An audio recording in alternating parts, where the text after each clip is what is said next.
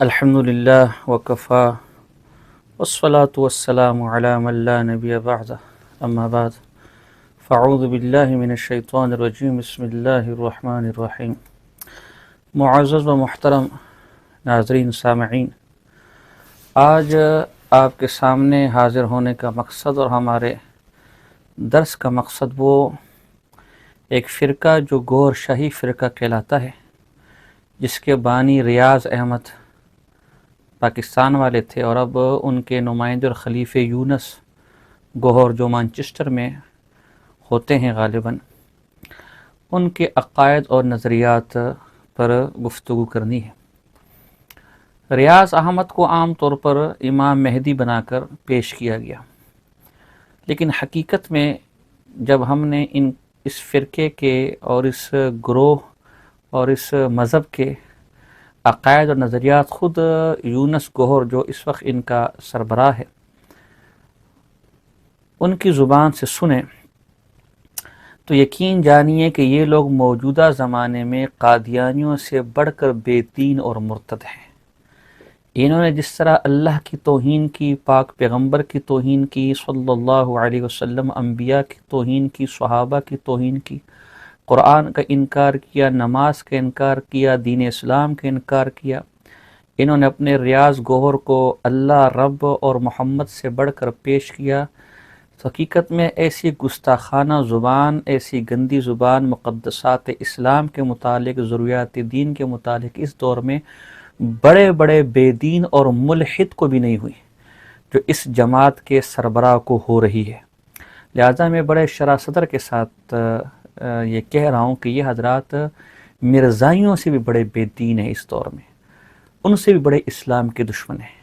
میں ان کے چند نظریات آپ کے سامنے بہت اختصار کے ساتھ ذکر کروں گا، جو زندیقیت پر بھی مشتمل ہے، اعتزال پر بھی مشتمل ہے، تشبیہ تجسیم پر بھی مشتمل ہے، اور رفض پر بھی مشتمل ہے۔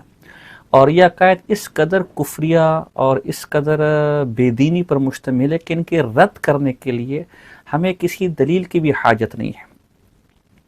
ایک معمولی اور ادنا مسلمان بھی انہیں سن کر کانوں کو ہاتھ لگائیں گے۔ لہٰذا ہم عوام الناس سے اپیل کرتے ہیں کہ خدا را ایسے بے دینوں سے اپنے ایمان کو بچائیں اور ہمیشہ کی جہنم کو اپنی بیوقوفی اور نادانی میں اور ان کی چکنی چپڑی باتوں میں گلے نہ لگائیں۔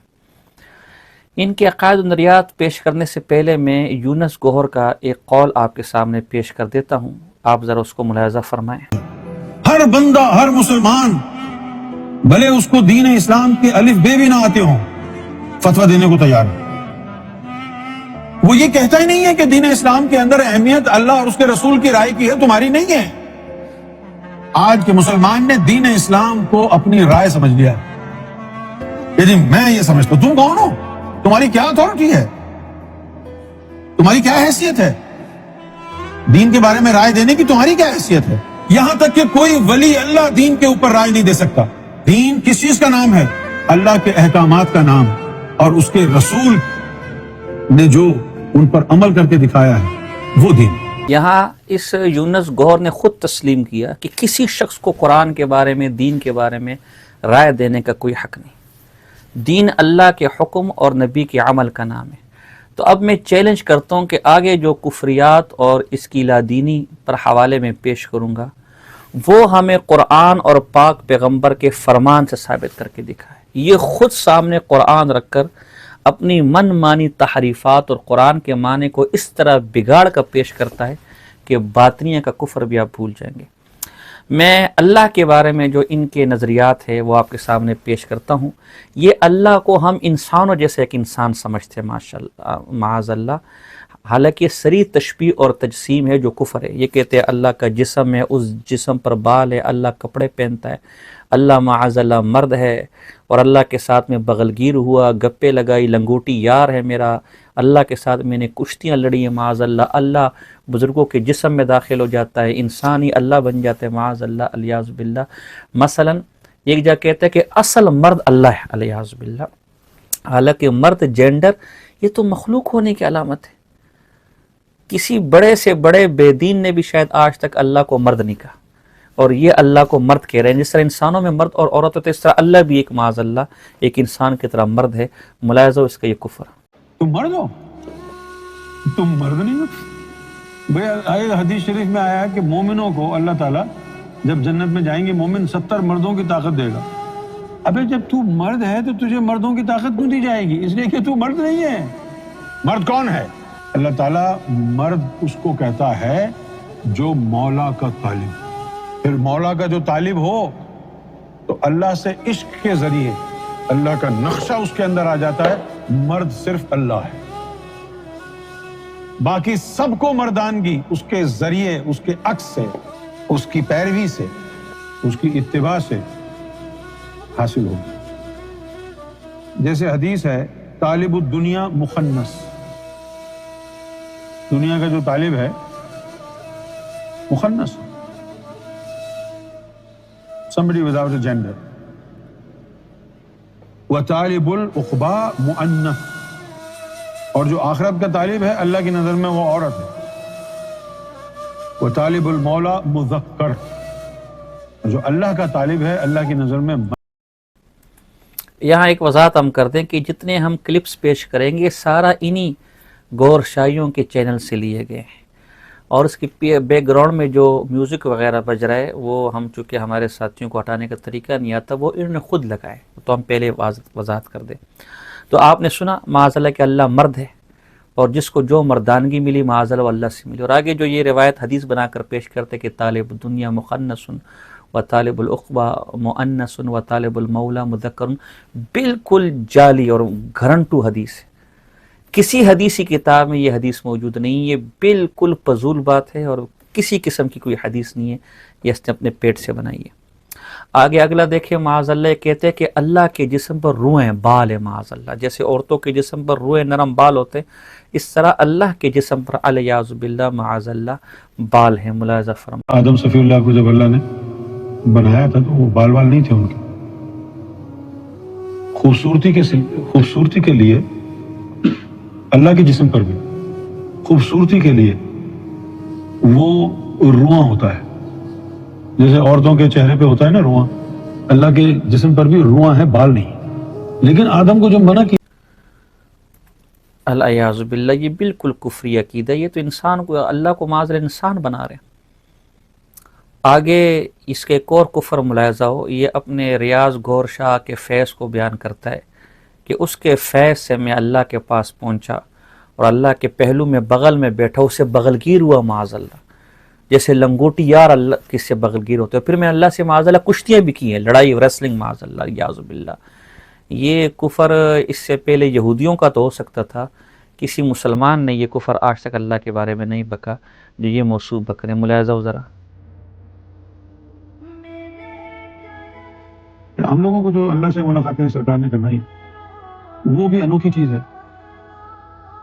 تو ہم نے ملاقاتیں مقام محمود پہ کھڑے ہو کے تو نہیں کی ہیں بیوقوفوں کی طرح، وہاں جا کے دعا سلام کیے ہیں، بغل گیر ہوئے دعا سلام کیے، اس کے برابر میں بیٹھے. یہ جیسے لنگوٹیا یار بیٹھتے ہیں گلے میں ہاتھ ڈال کے چوکی کر رہے ہیں، کشتی لڑ رہے ہیں، یہ باتیں کس کی سمجھ میں آئیں گی؟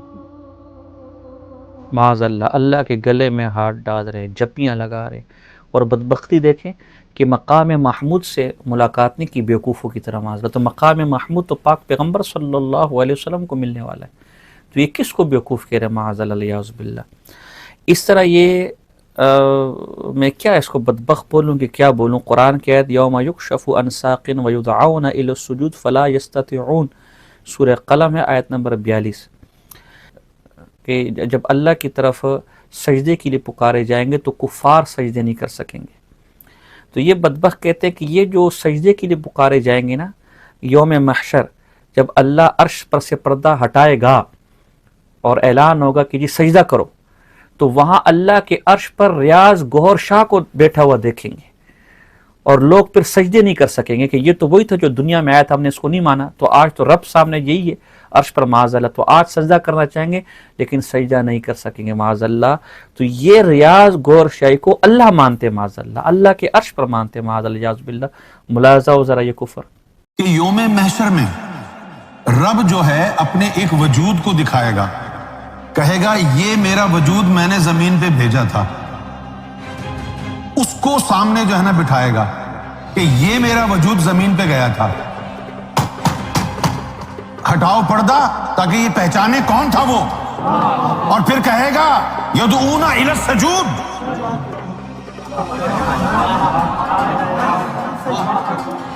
آؤ سجدہ کرو، فلا یستطیعون۔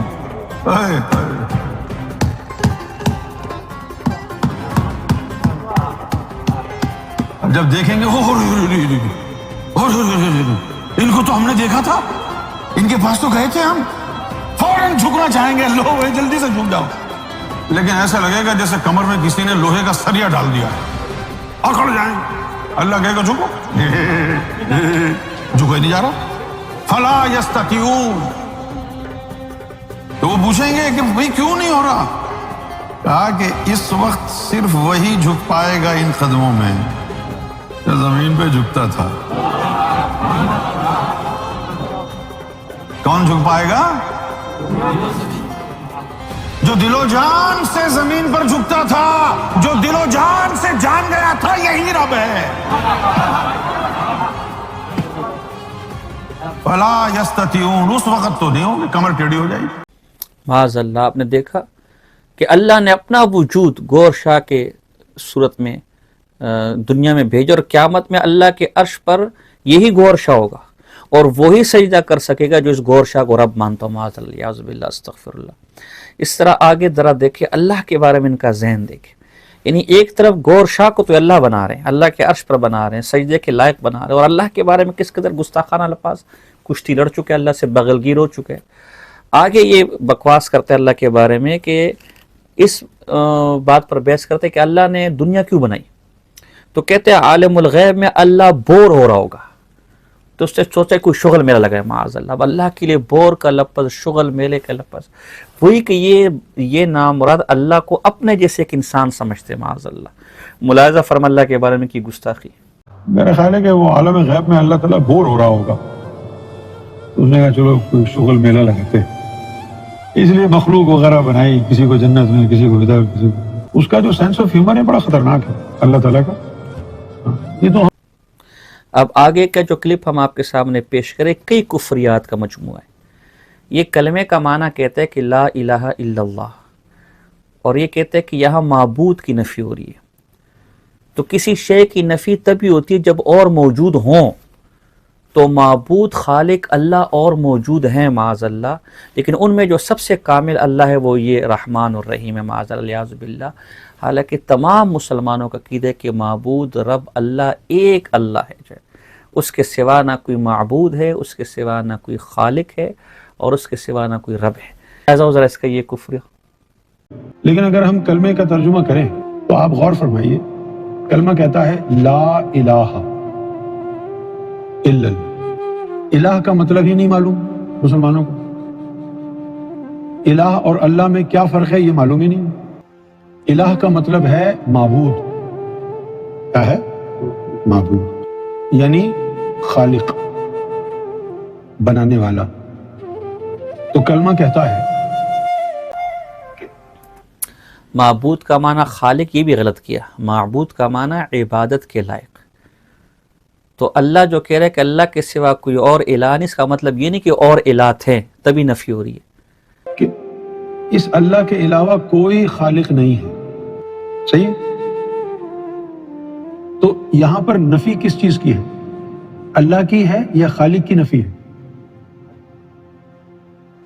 یہ تو نہیں کہا جا رہا کہ اس اللہ کے علاوہ کوئی اللہ نہیں ہے، یہ نہیں کہا جا رہا، کہا جا رہا ہے اس اللہ کے علاوہ کوئی اور معبود نہیں ہے، یعنی اللہ ہو سکتا ہے کوئی لیکن معبود نہیں ہو سکتا۔ معاذ اللہ، یعنی اللہ کے سوا کوئی اور اللہ ہو سکتا ہے الیاذ باللہ، لیکن معبود نہیں ہو سکتا۔ حالانکہ اللہ ایک ہے، قل هو اللہ احد، قرآن یہ کہتا ہے کہ وہ اللہ ایک ہے معاذ اللہ، اور یہ کہتے ہیں اور اللہ ہو سکتے لیکن معبود کوئی نہیں ہو سکتا معاذ اللہ۔ بنانے والا نہیں ہو سکتا، خالق نہیں ہو سکتا، خالق یہ اللہ ہے۔ کون سا اللہ؟ بسم اللہ الرحمن الرحیم، جس کا رحمان بھی نام ہے، رحیم بھی نام ہے۔ اللہ جو ہے وہ احسن من الخالقین، کہ اللہ تعالیٰ سارے خالقوں میں سب سے بہتر خالق. اب اس بیوقوف کو دیکھو، ایک طرف کہتے ہیں کہ خالق صرف ایک اللہ ہے اور کوئی نہیں ہے، اور اب کہہ رہے ہیں کہ خالق اور بھی ہے، لیکن ان میں سب سے اچھا جو خالق ہے جس کو معیار عطا ہوا ہے سب سے بہتر خالقیت کا وہ اللہ ہے معاذ اللہ. اول تو اللہ کے لیے الفاظ استعمال کرنا کہ جو خالقیت کا معیار عطا ہوا ہے معاذ اللہ، گویا یہ خالقیت اللہ کی ذاتی صفت نہیں ہے، اللہ کو کس نے دی ہے، تو پھر دینے والا کون ہے، وہ سپر گاڈ کون ہے معاذ اللہ. تو کئی کفریات کا مجموعہ ہے، اس کو خود بھی نہیں پتہ ہوتا کہ نشے میں کیا بک رہا ہے. جو ہے نا ملاحظہ فرمائیں. وتبارک اللہ، تو اللہ تعالیٰ کے حصے میں برکت آئی. احسن الخالقین، خالق اور بھی بنے، لیکن اس کو جو تخلیق کا معیار عطا ہوا وہ سب سے بہترین تھا. یہ تو یہاں پر اقرار ہے کہ اور بھی خالق ہیں. انگریزی میں بھی یہ لکھا ہے the best of creators، اور لکھنے والے کو خود سمجھ میں نہیں آ رہا کیا لکھ رہا ہے. تو اللہ کی برادری وہاں رہتی ہے عالم غیب میں. اب اس کو سمجھنے کے لیے آپ یوں سمجھ لیں کہ بھئی جیسے یہاں پر 100 آدمی بیٹھے ہیں، ان 100 آدمیوں میں سے 99 آدمی جو ہے وہ کنوارے ہیں، شادی نہیں ہوئی، اور ان میں ایک ایسا ہے جو شادی شدہ ہے، اس کے بچے بھی ہیں، ہے نا. تو اب اگر وہ یہ کہے کہ بھئی اس ایک کے علاوہ کوئی باپ نہیں ہے، یہ بتانے کی ضرورت کب پڑی؟ تاکہ پہچان ہو جائے کہ یہ باپ ہے اور جو باقی لوگ بیٹھے ہیں ان میں سے کوئی بھی باپ نہیں ہے. اگر یہ اکیلا ہی بیٹھا ہو تو یہ بتانے کی ضرورت کیا ہے کہ یہ باپ ہے اور وہ نہیں ہے؟ اگر اللہ اکیلا ہے تو یہ بولنے کی کیا ضرورت ہے لا الہ الا اللہ؟ لہذا فرمایا آپ نے اس کا کفر کہ اگر اللہ اکیلا ہوتا تو یہ کہنے کی ضرورت نہیں تھی کہ سوائے اللہ کی کوئی اور معبود نہیں. اس کا مطلب ہے اور اللہ بھی ہیں، تبھی نفی ہو رہی اور مثال بھی اس کی دے رہے ہیں معاذ اللہ. اس سے بڑا شرک کیا ہوگا کہ اللہ کے ساتھ، اور پھر عالم الغیب میں اللہ کی برادری ہے معاذ اللہ. تو شرک کس کا نام ہے؟ شرک کے سر پر سینگ ہوتے ہیں.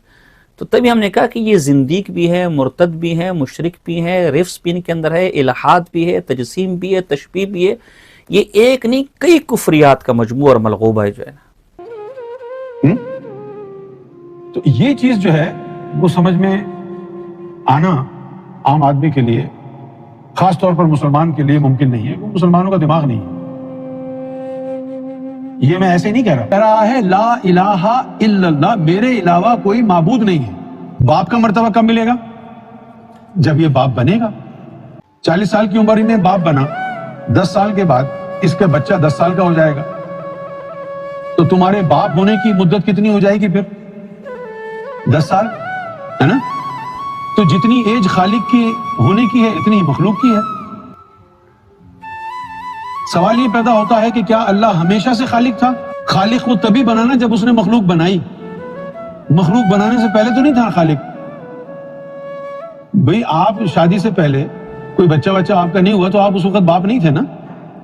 جب آپ کی اولاد پیدا ہوئی اسی لمحے آپ کو یہ مرتبہ ملا باپ ہونے کا. اب یہاں کوئی اور یہ بھی اس سے کفر بکا معاذ اللہ کہ جب اللہ نے مخلوق بنائی اس وقت اللہ خالق ہوا. جتنی عمر مخلوق کی اتنی عمر خالق کی ہے معاذ اللہ. کہ یہ بالکل کفر ہے. اللہ کی تمام صفات ازلی یعنی ہمیشہ سے ہے، قدیم ہے، ذاتی ہے. اللہ ہمیشہ سے خالق ہے حالانکہ مخلوق نہیں تھی. اللہ ہمیشہ سے رب ہے حالانکہ کوئی مربوب نہیں تھا. یہ میرے پاس العقیدۃ الطحاویہ جو مسلمانوں کی عقیدے کی سب سے مستند ترین کتابوں میں سے ایک ہے، جسے اہل الحدیث، احناف، ماتریدیہ، اشاعرہ، شوافع، حنابلہ، مالکیہ سب مانتے. اس میں صاف صریح طور پر لکھا ہے کہ لیس منذ خلق الخلق استفاد اسم الخالق ولا باحداثه البریہ استفاد اسم الباری بل له معنی الربوبیت ولا مربوب ومعنی الخالقیت ولا مخلوقا. ایسا نہیں ہے کہ جب اس نے مخلوق پیدا کی تو وہ خالق ہوا، جب مخلوق پیدا کی تو رب ہوا. نہیں، کوئی مخلوق نہیں تھی وہ تب بھی رب تھا، کوئی مخلوق نہیں تھی وہ تب بھی خالق تھا. تو یہ بیوقوف کی پھر یہ مثال دینا کہ بچہ نہیں ہوگا تو باپ کہاں سے کہیں گے، بچہ ہوگا تو باپ کہیں گے نا، یہ بھی اس کی حماقت ہے. اس لیے کہ مخلوق کی صفات ذی اضافہ ہیں. یہ ابوت تو ویسی ذی اضافہ ہے، اور مخلوق کی صفات حادث ہیں. لہٰذا ان کے لیے تو یہ بات درست ہوگی، لیکن اللہ کی صفات ازلی ہیں، وہ ذی اضافہ نہیں ہے، وہ قدیم ہے، ذاتی ہے، اللہ کی ذات کے ساتھ قائم ہے، نہ اس کا عین ہے نہ اس کا غیر ہے۔ لیکن چونکہ یہ باتیں اس کی سمجھ سے باہر ہے، اس لیے اس طرح کی کفریات یہ بکرا ہے۔ آگے چلیے، آگے کہتے ہیں کہ مجھے اللہ کی ذات کی قسم، اس کی کبریائی کی قسم، اللہ نے خود مجھے بولا ہے کہ کربلا میں جو حسین کی شکل میں گھوڑے پر بیٹھا اور یزید کی تیروں اور تلواروں سے زخمی ہو کر مرا، وہ حسین نہیں تھا بلکہ خود اللہ تھا، معاذ اللہ، الیاذ باللہ، الیاذ باللہ۔ سنیے ذرا۔ کیونکہ ذاتی طور پر جب ہم نے خود اس سے بات کی تو اس نے یہ کہا کہ تم سمجھتے ہو کہ حسین کے ہاتھ میں طاقت نہیں تھی کربلا کے میدان میں؟ اس نے کہا کہ مجھے اپنی کبریائی کی قسم، جو تلوار ہاتھ میں پکڑ کر گھوڑے پر بیٹھ کر حسین کی صورت میں میدان کربلا میں موجود تھا، وہ حسین تھا ہی نہیں، وہ تو خود رب تھا۔ یزید کی فوج نے تلوار کے گھاؤ اور تیر حسین پر نہیں، رب پر چلائے۔ ہمارا تو یہی عقیدہ، یہی ایمان ہے۔ گھوڑے پر بیٹھ کر ہاتھ میں تلوار لیے جو بیٹھا تھا وہ حسین نہیں تھا، وہ رب تھا۔ اب اس رب کو اگر حسین کہتے ہیں تو بھی ٹھیک ہے، اور حسین کو رب کہتے ہیں تو بھی ٹھیک ہے۔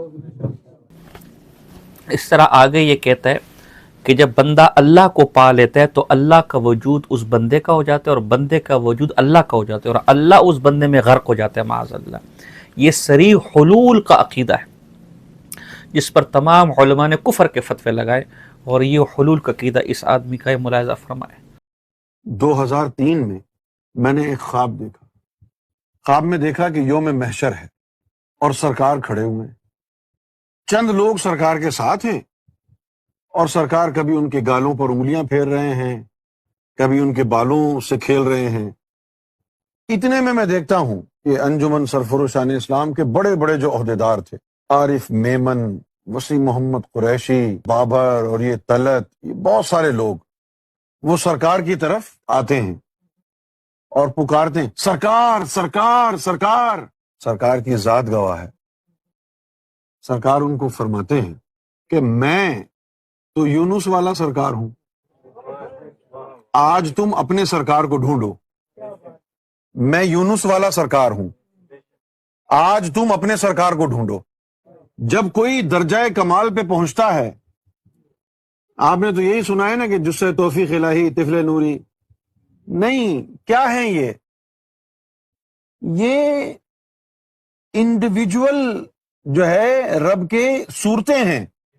جب ہم کہتے ہیں کہ اس نے رب کو پا لیا تو کیسے پاتا ہے؟ ایکسکلوسیو ایک وجود رب کا اس بندے کا ہو جاتا ہے۔ اب یہ رب کا وجود تیرا ہے، تو اس میں غرق، وہ تجھ میں غرق۔ تو اس طرح یہ بے دین اللہ کی کرسیوں کا ایک نقشہ بناتا ہے کہ 7 کرسیاں، اس میں سب سے پیچھے اللہ بیٹھا ہوا ہے، معاذ اللہ، اور اللہ کے سینے سے ایک تار نکل رہی ہے، جو پہلے والے کرسی پر سلطان بیٹھا ہوا ہے اس کے پاس جاتی ہے، اس سے دوسرے سے تیسرے، سب بکواسات ہیں۔ یہ نقشہ اس کو شیطان نے سمجھا ہے، نہ یہ کرسیاں قرآن میں ہیں، نہ حدیث میں ہیں، نہ معاذ اللہ اللہ کا کوئی سینہ ہے معاذ اللہ، اور نہ اس سینے سے کوئی تار نکل رہی ہے۔ یہ وہی تشبیہ اور تجسیم کا کفری اور گمراہانہ عقیدہ ہے جو اس شخص کو شیطان نے سمجھایا اور یہ لوگوں کو سمجھا رہے ہیں، معاذ اللہ۔ ملاحظہ ہو اس کا اگلا کفریہ عقیدہ۔ یہ نقشہ ہے عرش الہی کا۔ اس نقشے میں 7 کرسیاں رکھی ہیں۔ کتنی رکھی ہوئی ہیں؟ 7 کرسیاں۔ اچھا، اب یہ دیکھیں، پہلی دفعہ بات کر رہا ہوں میں، تو میری لاج رکھنا کہ گمراہ نہیں ہو جانا۔ 7 کرسیاں رکھی ہوئی ہیں یہاں پہ، ایک نہیں ہے، 7 ہیں، اور یہ 7 کرسیاں، ایک ایک کرسی کے اوپر ایک ایک سلطان بیٹھا ہوا ہے۔ بالکل پیچھے بیٹھا ہوا ہے رب، اور اس کے سینے سے ایک تار نکل رہی ہے نور کی، جو اگلی کرسی پہ بیٹھے ہوئے سلطان کے اندر جا رہی ہے، اس سے نکل کے یہاں آ رہی ہے، اس سے نکل کے یہاں، اس سے یہاں، اس سے یہاں، اس سے یہاں۔ جو ان 7 کرسیوں میں شامل ہے، اس کے لیے قرآن نے کہا ہے کہ الا صراط مستقیم، اور وہ جو تار ہے نا حبل اللہ، اس میں الا صراط مستقیم ہے، اور یہ اعلیٰ صراط مستقیم ہے۔ اب یہ بیٹھے ہوئے ہیں نا، یہ 7 کرسیاں ہیں۔ تو جناب سلطان باہو نے فرمایا اپنی کتاب میں کہ وہ جا رہے تھے کہیں، ایک بندے نے کہا مجھے دیدار کرا دو، انہوں نے کہا دیکھو جی اوپر، اس کو دیدار کرا دیا، وہ 1 مہینے تک وہیں کھڑا رہا۔ وہ کون سا دیدار تھا؟ وہ جو سلطان صاحب یہاں کرسی پہ بیٹھے تھے، اس طفل نوری کو دکھایا اس بندے کو، یہ دیدار تھا۔ اچھا جی، مزہ تو تب ہے کہ جب سلطان حق باہو یہ والی کرسی والا دکھائیں۔ میں بتاؤں، ربوبیت کا ایک راز ہے، وہ کھل جائے تو ربوبیت بیکار ہے۔ رسالت و نبوت کا راز ہے، وہ کھل جائے تو وہ بھی بیکار ہے۔ ولایت کا بھی راز ہے، وہ کھل جائے تو وہ بھی بیکار۔ فخر کا بھی ایک راز ہے، وہ کھل جائے تو وہ بھی بیکار۔ تو یہ وہی راز ہیں جو کھل رہے ہیں نا۔ معاذ اللہ، سلطان باہو رحمۃ اللہ علیہ نے ایسی کوئی بات نہیں کی، نہ ہمارے لیے حجت ہے۔ اور اس کا اگلا کفر دیکھیں کہ ربوبیت کے ایک راز ہے، وہ کھل جائے تو ربوبیت بیکار، نبوت کے ایک راز ہے، وہ کھل جائے تو نبوت بیکار، معاذ اللہ۔ حالانکہ نہ ربوبیت کبھی بیکار ہو سکتی ہے، نہ نبوت کبھی بیکار ہو سکتی ہے۔ اور آگے بدبختی دیکھ لے کہ وہی راز کھود رہے ہیں، تو جب تو وہی راز کھود رہے ہیں تو معاذ اللہ اس کا مطلب تو یہی ہوا کہ ربوبیت، نبوت، ولایت اب سب بیکار ہو گئی۔ یہ جو نقشہ اس نے بنایا ہے، یہ دراصل شیطان کے تخت کا نقشہ ہے، جسے یہ اس کا چیلا رب کے تخت کا نقشہ سمجھ بیٹھا ہے، معاذ اللہ۔ آگے دیکھیں کہ یوم محشر اللہ کے عرش پر گور شاہی بیٹھا ہوگا، معاذ اللہ۔ ہم پہلے آپ کے سامنے کہہ رہے ہیں کہ یہ گور شاہی کو رب اور اللہ مانتے ہیں، حالانکہ اللہ عرش پر مستوی ہے جیسے اس کی شان ہے۔ بعض نے بذاتی اللہ کو عرش پر مستوی مانا ہے، اور بعض حضرات بذاتی کے قائل نہیں ہیں۔ بہرحال استوا عرش پر وہ اللہ کے لیے ثابت ہے، اگرچہ اللہ مکان سے، بیٹھنے سے، اٹھنے سے پاک ہے۔ عرش پر استوا یہ اللہ کا فعل ہے، اللہ کی شان کے مطابق۔ اور یہ عام ہمارے محاوروں میں جب یہ کہا جاتا ہے معاذ اللہ کہ فلاں اللہ کے عرش پر بیٹھا ہوا ہے، تو اسی کو اللہ سمجھا جاتا ہے، معاذ اللہ، اس لیے کہ عرش کا تعلق خاص طور پر اللہ ہی کے ساتھ ہے۔ تو یہ جو کہہ رہے کہ یوم محشر اللہ عرش پر بیٹھوں گے معاذ اللہ، تو اس کا مطلب یہ ہوا نا کہ یہ گور شاہی کو معاذ اللہ الیاذ باللہ اللہ اور رب مانتے۔ اور پیچھے گزر چکا کہ اللہ نے اپنا ہی وجود، اپنا ہی جسم گور شاہی کی شکل میں دنیا میں بھیجا، اور قیامت میں اسی کو سجدے کا کہا جائے گا۔ اگر یہ بتا دو لا الہ الا اللہ محمد رسول اللہ، نبی پاک صلی اللہ علیہ وسلم کے رخسار کی قسم، آپ کے لبوں کی قسم کھا کے کہتا ہوں، اگر میں یہ کہہ دوں یوم محشر میں تخت خداوندی پر سرکار گور شاہی بیٹھے ہوں گے، اور یہ کس نے کہا ہے؟ یہ سرکار نے خود اپنی زبان سے کہا ہے۔ مانچہ سرکار نے اس کو کہا کہ یوم محشر میں جب تم پیش ہو گئے نا اس تخت پر، یہی گور شاہی بیٹھا ہوگا۔ اس کے بعد ابھی تک وہ جملہ معاذ اللہ، گویا یہ ساری کفریات یہ ریاض گور شاہی سے سن کے بول رہے ہیں، اور نیچے ماننے والے بے شک بے شک بے شک کہہ رہے ہیں۔ یہ سری کفری عقیدہ ہے۔ آگے ایک اور کفر ملاحظہ ہو، ہم سب کا عقیدہ ہے کہ اللہ کسی سے نہیں ڈرتا، اس کو یہ بھی مانتا ہے، لیکن آگے سے بکواس کرتا ہے کہ اللہ عشق سے بڑا ڈرتا ہے، معاذ اللہ۔ تو جب ایک اللہ کسی سے ڈر رہے تو اللہ کس بات کرا؟ اللہ جب ڈرنے والا ہو گیا معاذ اللہ، تو وہ اللہ کس بات کرا؟ لیکن ان کے اللہ کے بارے میں چونکہ تجسیم اور تشبیہ پر غالب ہے، تو یہ اللہ کو عام انسانوں کی طرح ایک مخلوق سمجھتے ہیں، معاذ اللہ ملاحظہ ہو۔ ایک بات بتاؤں تمہیں، اللہ تو کسی سے نہیں ڈرتا نا، نہیں ڈرتا ہے۔ ایک چیز ہے جس سے اللہ ڈرتا ہے، اس کو کیا ہے؟ سچا عشق۔ کہ اگر عشق چلا گیا اس کے اندر، پھر یہ اندھا ہو جائے گا، پھر صرف یہ معشوق کا ہو، پھر کوئی قرآن اس کی سمجھ میں نہیں آئے گا، پھر کوئی بائبل، کوئی گیتا، کچھ نہیں اس کے پلے پڑے گا، اگر اس میں پریم چلا گیا تو۔ عشق، اسی لیے رسول اللہ صلی اللہ علیہ وسلم کی ایک حدیث ہے، العشق النار، لو از فائر، العشق النار، یہ عشق جو ہے وہ نار ہے، آگ ہے، یحرق ما سوائی، اپنے علاوہ سب کچھ جلا دیتا ہے۔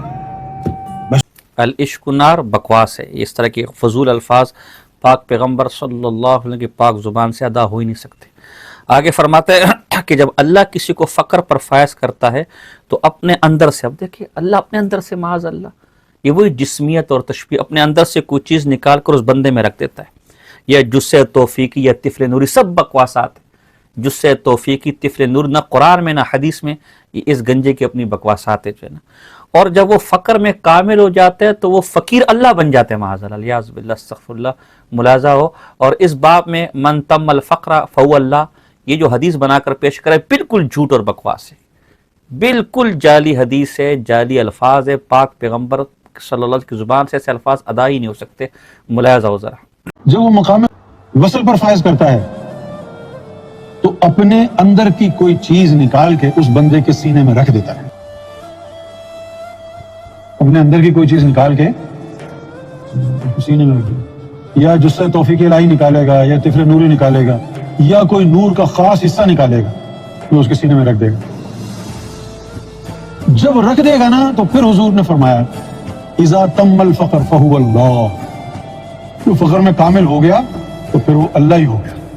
آگے ایک اور کفر دیکھیں، اللہ کے بارے میں کہتے ہیں کہ اللہ بیچارہ بھی کیا کرے، یعنی اللہ بیچارہ تو اسے کہتے جو مجبور ہو، محقور ہو، اللہ تو قاہر ہے، غالب ہے. تو یہ اللہ کی کیسی گستاخیاں کر رہے، ذرا ملاحظہ ہو. کیونکہ 2026 میں اس دنیا کو ختم ہونا تھا نا، ایک ہفتہ رہ گیا ہے.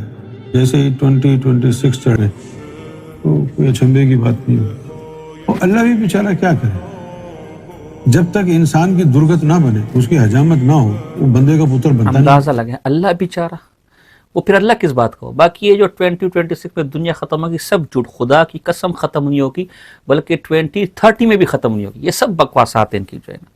اللہ کے بارے میں ان کی اور بھی بڑی گستاخیاں ہیں، لیکن چونکہ وقت کم ہے، ماننے والے کے لیے ایک بات بھی کافی، نہ ماننے والے 1000 باتیں بھی کافی. اب ہم آگے چلتے ہیں.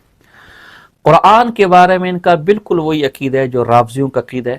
یہ کہتے ہیں قرآن 40 پاروں کا تھا. یہ جو قرآن ہمارے ہاتھ میں یہ اصل قرآن نہیں ہے، معاذ اللہ. اصل قرآن علی پر نازل ہوا تھا جو 40 پاروں کا تھا، جو جلا دیا کہ عثمان غنی نے جلا دیا، معاذ اللہ. تو یہ اصل قرآن نہیں ہے. اور اس قرآن کو الحمد سے لے کر والناس تک نہ ماننا اور اس کے ایک حرف کے بارے میں بھی شک و شبہ کرنا، یہ تمام امت کی جماعت سے کفر ہے. تو اس کا یہ عقیدہ ذرا ملاحظہ ہو کہ کیسے ڈنکے کی چوٹ پر یہ عقیدہ بیان کر رہا ہے. مجھے کہتے ہیں نا شیعہ کہ قرآن کے 30 نہیں 40 پارے ہیں. انہوں نے مولا علی سے کسی طرح یہ بات سن لی، لیکن تفصیل نہیں پتا ان کو. آج ان کو پوچھو، شیعہ بھائیوں کو پوچھو کہ وہ 40 پارے ہیں تو 30 تو ہیں، باقی 10 کدھر ہیں؟ تو کہتے ہیں ابو بکر کی بکری کھا گئی. نہیں، ابو بکر کی بکری نہیں کھائی، وہ تو تھے ہی نہیں ظاہر میں. وہ تو 10 پارے باطنی علم تھا. جو قرآن جلایا تھا نا، اس کے اندر ایک بہت بڑی. پھر آگے کہتے ہیں کہ اصل قرآن علی کے پاس تھا. اس قرآن کو عثمان غنی رضی اللہ تعالی عنہ نے جلا دیا تھا، جس میں ایک بہت بڑی سورت تھی سورہ فاطمہ کے نام سے، ایک سورت تھی سورت علی کے نام سے. آج لوگ ہمیں کہتے کہ ریاض غور شاہی کا نام قرآن سے نکال کر دو. تو کہاں سے نکال کر دیں؟ تمہارے ناجائز آباء و اجداد مراد ابو بکر صدیق معاذ اللہ، عمر فاروق، عثمان غنی رضوان اللہ تعالی اجمعین کہہ رہے انہوں نے اصل قرآن جس میں ریاض غور شاہی کا نام تھا اسے جلا دیا. کہتے ہم اس قرآن کو مانتے ہی نہیں ہیں جس میں فاطمہ کا ذکر نہیں، پنجتن پاک کا ذکر نہیں، ہم اس قرآن ہی کو نہیں مانتے اور اس قرآن میں کہیں بھی ذکر نہیں ہے. کہتے عجیب بات ہے، یونس کا ذکر ہے، خضر کا ذکر ہے، ہم نے کیا کرنا ہے؟ ان کا معاذ اللہ. اس وقت جو اللہ نے یونس اور خضر کے واقعات ذکر کیے، یہ کہتے ہیں ہم نے اس کا کیا کرنا ہے جو یہ ذکر ہے؟ یہ تو فضول بات ہے معاذ اللہ، الیاذ باللہ. اصل قرآن میں پنج تن پاک کے تذکرے تھے، ان کے ناموں کی صورتیں تھے جو نہیں ہیں، لہذا ہم اس قرآن کو نہیں مانتے معاذ اللہ. ملاحظہ ہو ذرا اس کی یہ بکواس. سورت تھی، اس سورت کا نام سورہ فاطمہ تھا. اس قرآن میں ایک بہت بڑی سورت تھی، اس سورت کا نام سورت علی تھا. آپ بھی سوچتے ہوں گے جلایا کیوں؟ جو کعبے میں بیٹھ کے کر رہے تھے میٹنگز کہ بھائی نبوت تو چلی گئی بنو ہاشم کے پاس، اب ولایت نہیں جانی چاہیے، تو وہ مولا علی کا جمع کردہ قرآن جس میں سورہ علی ہے، جس میں سورہ فاطمہ ہے، وہ کیسے گوارا کریں گے کہ یہ لوگوں کے ہاتھ چڑھ جائے؟ محفوظ کر کے رکھ بھی دیا، رائج العمل نہیں ہونے دیا، ہو سکتا ہے کسی دن کسی کے ہاتھ چڑھ جائے، ان کی تو گھٹیا کھڑی ہو جائے گی.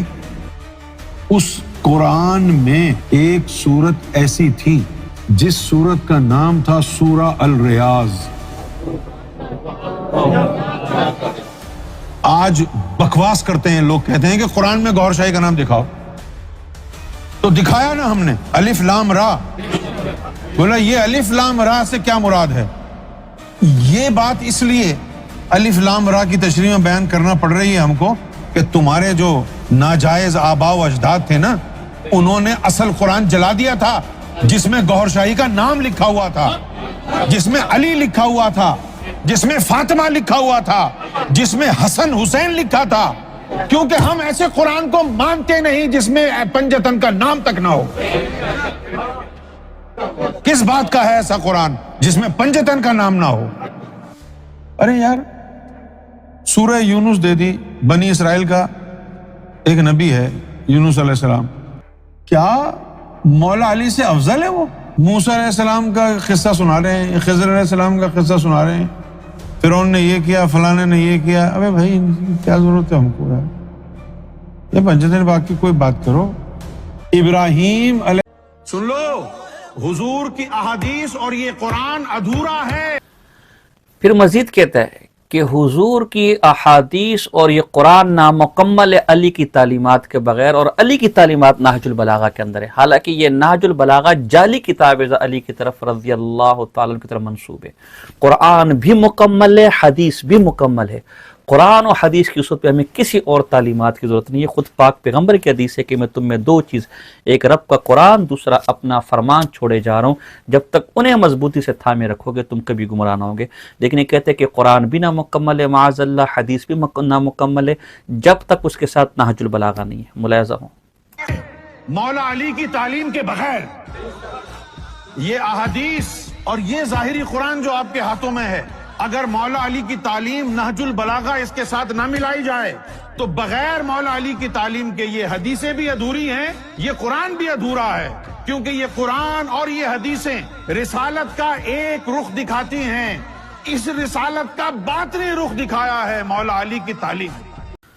اچھا، اسی طرح اس کے ایک اور بدبخت مرید ہے جو اللہ پر الزام لگا رہے ہیں کہ اللہ نے تو کچھ بتایا ہی نہیں کہ ہدایت کہاں ہے، کدھر ہے، یہ اللہ نے اتنی بے فکری سے جس کو جو چاہا دے دیا، یہ سمجھ کر کہ جی بس جب آخری مہدی آئے گا تو وہی سارے معاملات نمٹا لے گا، تب یہ اللہ نے بے فکری ہو کر کسی کو کیا تقسیم کر رہے، کسی کو کیا تقسیم کر رہے۔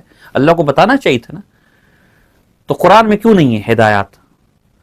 تو یونس گوھر اس کو کہہ رہا ہے کہ بھئی یہ آپ کی بات تب اللہ پر اعتراض تب درست ہوگا جب وہ اصل قرآن ہمارے پاس ہو۔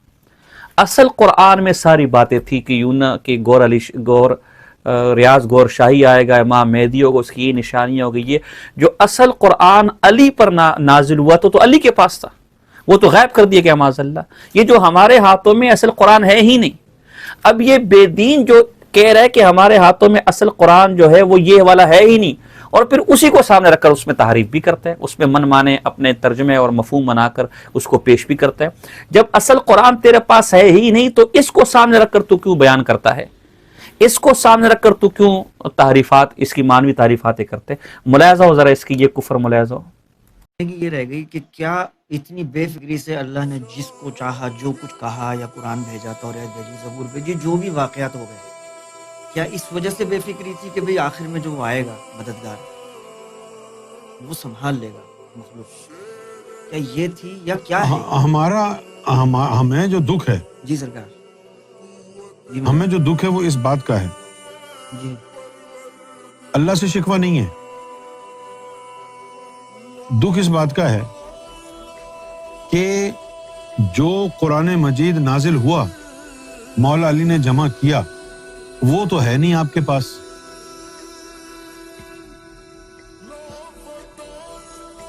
آخر کیا وجہ ہے کہ عثمان غنی نے مولا علی کا جمع کیا ہوا قرآن جو ہے رکھنا بھی گوارا نہیں کیا، جلا دیا؟ کیوں؟ کیا تھا اس میں؟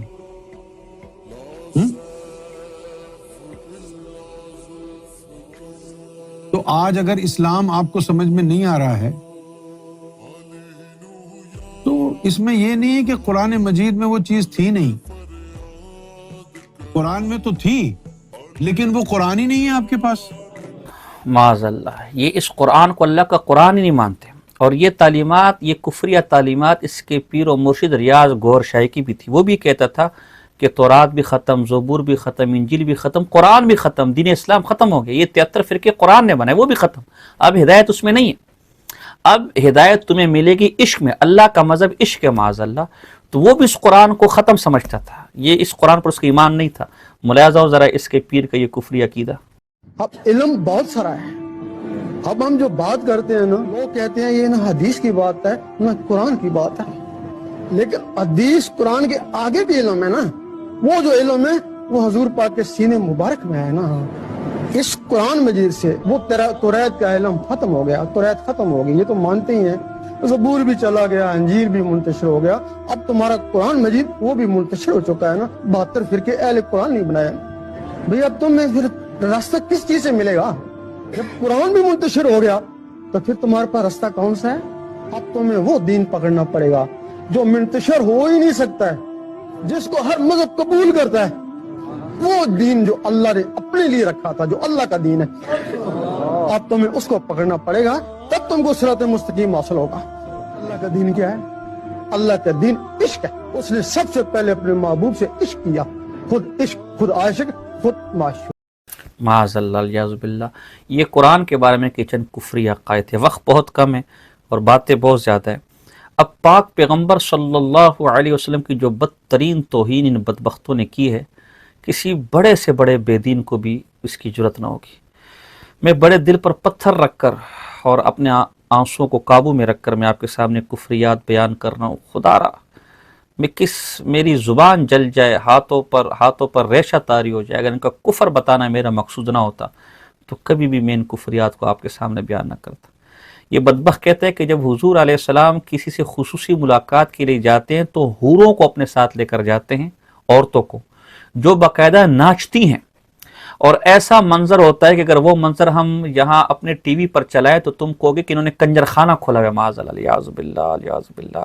یعنی حضور کی جو وہ مجلس عورتوں والی ہوتی ہے وہ ہمارے بالکل کنجر خانے کی، الیاذ باللہ۔ آپ یہ کفر خود اس کے منہ سے ذرا ملاحظہ فرمائیں۔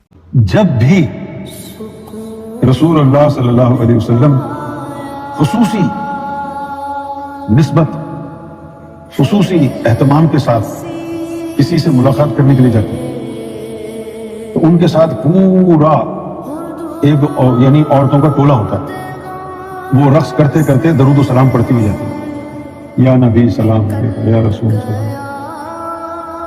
اب وہ حضور صلی اللہ علیہ وسلم کے ساتھ جو یعنی باتیں میں آتی ہیں خواتین، وہ تو ناچتے ہوئے درود پڑھتی ہیں۔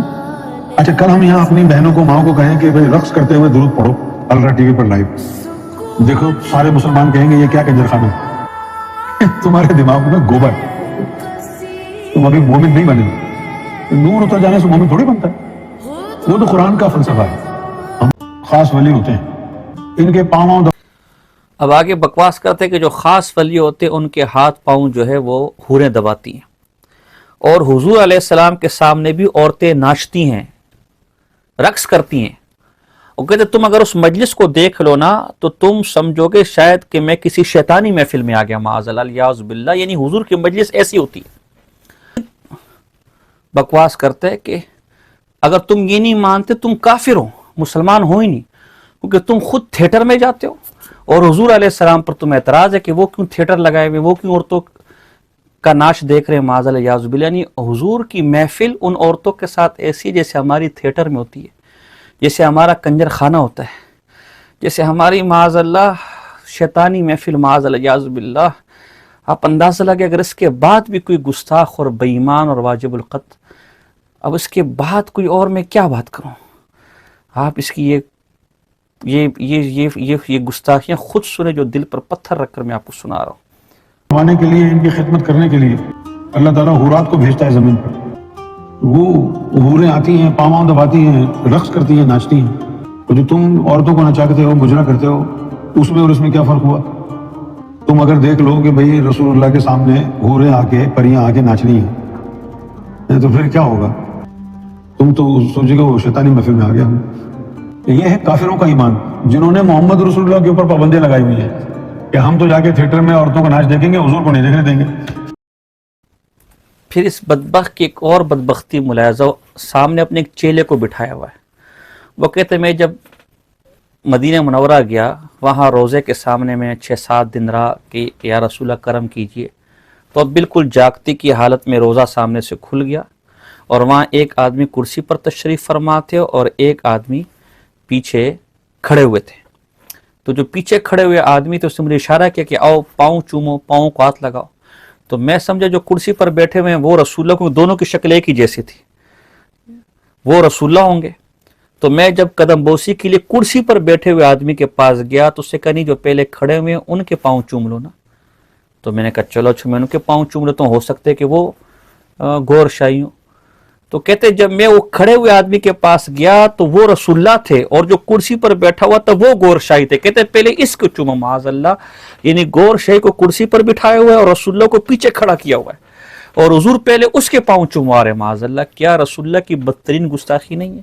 کیا گور شاہی جیسی زندگی کو رسول اللہ سے بڑھانا نہیں ہے؟ ملاحظہ ان کی یہ گستاخی.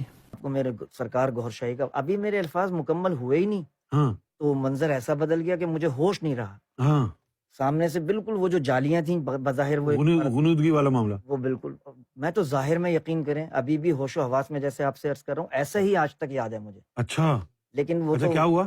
پردہ سامنے سے بالکل ہٹا، ہاں اور ایک صوفے پر کوئی بیٹھی ہوئی ہے ذات مبارک سرکار کے روپ کی، ہاں اور ایک ذات جو ہے ان کے برابر میں کندھے کے ساتھ کھڑی ہوئی ہے، اچھا اور دونوں سرکار کے جیسے مشابہت ہے.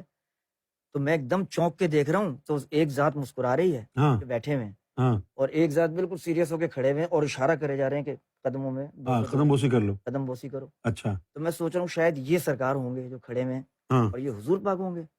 تو جیسے ہی میں نے نیچے جو صوفے پہ بیٹھے ہوئے ان کی طرف وہ تو وہ مسکرا رہے ہیں، اور انہوں نے کہا کہ ان کے چوم لو نا پہلے اچھا کھڑے ہیں. تو میں نے کہا میں شاید یہ حضور پاک ہوں گے. تو اچھا انہوں نے کہا ان کے چوم لو، وہ کہہ رہے ہیں ان کے ایسے ہی چوم میں لو. ان کی طرف ہوں تو انہوں نے دونوں ہاتھ پکڑ کے سختی سے کہا کہ جس کے صدقے میں یہاں تک پہنچے ہو نا اس کے قدم پہلے چومو. یہ تمہارا مرشد ہے گوھر شاہی. استغفر اللہ. آگے دیکھیں تو موسیٰ علیہ السلام کی ایسی بدترین گستاخی کی کہ موسیٰ علیہ السلام پر ایک دفعہ ایک چھپکلی نے منہ دیا تھا، پیشاب کر دیا تھا معاذ اللہ.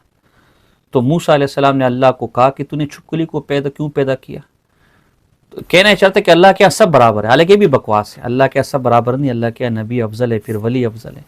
یہ کہتے ہیں وہاں سب برابر ہے، اور پھر اس پر بطور مثال ایک بکواس نقل کرتا ہے.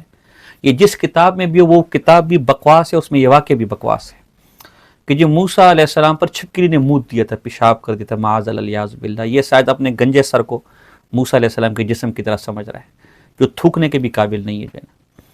تو پھر اللہ نے موسیٰ علیہ السلام نے کوئی طور پر اللہ سے کہا کہ چھپکلی کو کیوں پیدا کیا؟ تو اللہ نے کہا کہ چھپکلی بھی روز مجھ سے پوچھتے کہ موسیٰ کس مرض کی دوا ہے، معاذ اللہ موسیٰ کو کیوں پیدا کیا لیاذ باللہ. اور جو نیچے بے تین بیٹھے ہوئے ہیں وہ اس سری گستاخی پر ہنس رہے تھے. ملاحظہ ہو ذرا اس کے یہ کفریہ، یہ گستاخانہ واقعہ ہے نا کہ بھئی یہ ولی ہے، یہ نبی، یہ رسول ہے. اللہ کی نظر میں تو سب مخلوق ہے. موسیٰ علیہ السلام اپنے امتی کے گھر پہ کسی کام کے لیے گئے، وہاں ایک چھپکلی نے موسیٰ علیہ السلام پہ پیشاب کر دیا. بہت تپے، بہت غصہ ہے. اس کے بعد جب کوہ طور پہ اللہ سے ہم کلام ہوئے تو انہوں نے پوچھا کہ اے اللہ، کیونکہ وہ چھپکلی نے منہ دیا تھا اس میں بڑے تپے ہوئے، کہ اے اللہ یہ چھپکلی تو نے کیوں بنائی؟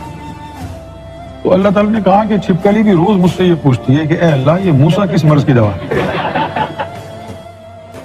یہ ہماری نظر میں ہے نا بھئی یہ نبی یہ رسول، اس کی نظر میں تو سب برابر ہے نا.